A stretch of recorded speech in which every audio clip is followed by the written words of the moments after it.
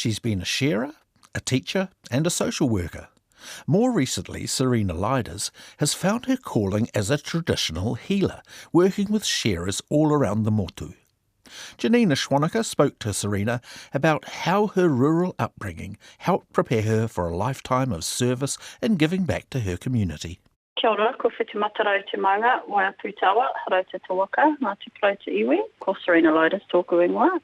So my family, my mother's family hails from the East Cape of the North Island. I live in the Catlins, I live in Tokanui, married to a sheep and beef farmer. Now, you yourself had a very rural upbringing. Can you tell me what it was like growing up in a sixth-generation shearing gang? My family obviously spent a lot of time in shearing for generations in both sides of my family. So I grew up in Western Southland, a little place called Ojai, which was a booming coal mining town, booming shearing town, and also home of Mount Linton Station. So everything we needed was right in our little town, the centre of the world. You know, everything wasn't centralised in the cities then, so, you know, we had everything in our little rural town. So I guess that really set me up for a lot of the stuff that I do now, and that, you know, you just, if you want something done, you just get on and do it. I guess that's just part of rural life, and really has made a huge difference when I think about it and the way that I do things as an adult, growing up in that little country town and surrounded by amazing people from all walks of life. People would come in droves over the summertime, you know, you're only sure once a year then, and so the town would boom to astronomical numbers over the summertime and over the main shear, and they would come from all over the country. It really did set me up for the rest of my life. From that small country upbringing, you've gone on to have quite a varied and interesting career. It's one way to describe it, I guess. Some would say chaotic mess, but, you know, I guess it's still hanging on to that rural sector and a lot of the things that I do.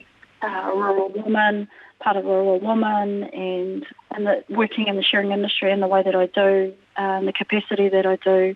I guess living rurally as well. I shore for a little while when my boys were little, but worked in the shearing industry up until I was 27, and I went away to university, trained to be a primary bilingual school teacher, and then went into social work after that. So I have my own company now, and am self-employed and run a consultancy company, and as well as a wellbeing centre. So social sector, as much as I've tried to run away from it, keeps calling me back in all sorts of capacities.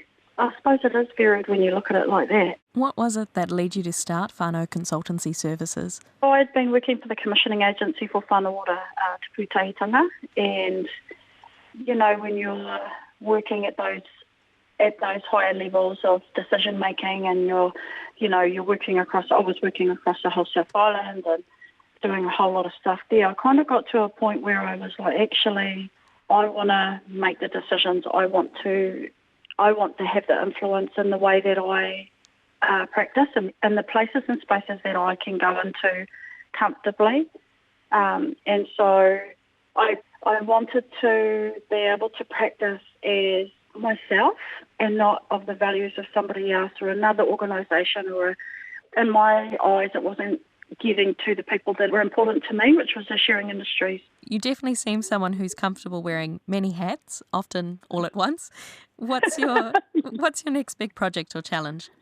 So I am on the board of Shear for a Cause, and so we met with Joseph Mooney and the MP the other day around how do we connect the services in the rural sector, how do we connect them together so that they're appropriate for the shearing industry that is more than 80% Māori, or I think it's more than 90% now, but a high percentage of Māori.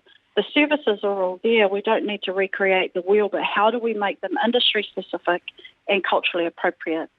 I also do traditional healing and massage therapy and all of that sort of stuff. So I travel around some of the shearing shows and normalising looking after their body physically, spiritually, emotionally, on the ground in the industry. You know, I've spent my whole life, 48 years, of watching people hammer their bodies and push them to the extreme and not actually take care of them in a culture of harden up, work harder, you know, do everything harder, you know, and watch lots of people I care about have buckled knees, have, you know, come out the other end of the industry quite physically hurt. So trying to normalise that, as well as traditionally accessing rongoa Māori, and wherever they are. So they might come and see me once at the Golden Shears, but then they're going to go home and they're going to find the people in their whānau collective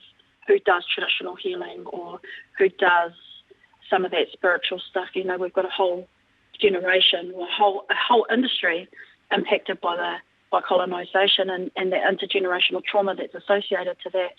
And so how do we address that? Because the side effects are detrimental for our communities, for our families, you know, the drinking, the drugs, all of the darker side of our society. They're all just flow-on effects of something much deeper. So, and I guess in being a social worker for feels like eons, I realised that actually our people need healing, because I can run around and put sticking plasters on all of these gaping wounds, or I can actually try and grow this space of getting some soul healing, and what the impact of that is massive and has a ripple effect out through their families. That was Serena Lyders of Whānau Consultancy Services talking to Janina Schwannecker.